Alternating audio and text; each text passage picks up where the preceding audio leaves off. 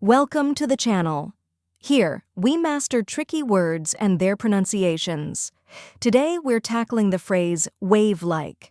It might seem a little tricky, but by the end of this video, you'll be able to pronounce it with confidence.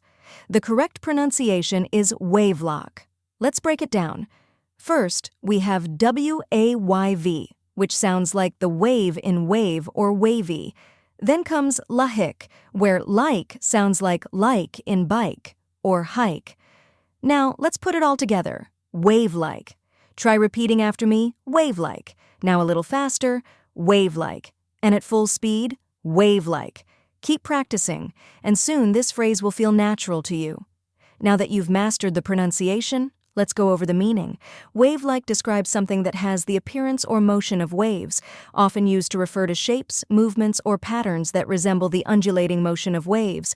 And that's it. Now you know how to pronounce wave-like and what it means. If you found this helpful, give this video a like and share it with others. Comment below with any tricky words or phrases you'd like me to cover next, and don't forget to subscribe for more pronunciation guides. See you in the next video.